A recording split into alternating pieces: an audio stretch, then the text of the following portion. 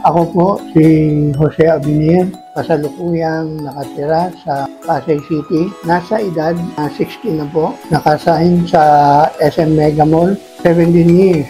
Na-assign din po sa Cityland Condominium 8 years. At na-assign din po ako sa Allied Bank ng 2 taon. Ito po ang aking anak. At po sila ay nakagraduate ng high school. Ako po ay nagpapasalamat ng marami dahil po sa ang aking mga anak ay nakapag-aral gawa ng aking hanap buhay dito sa SMSI.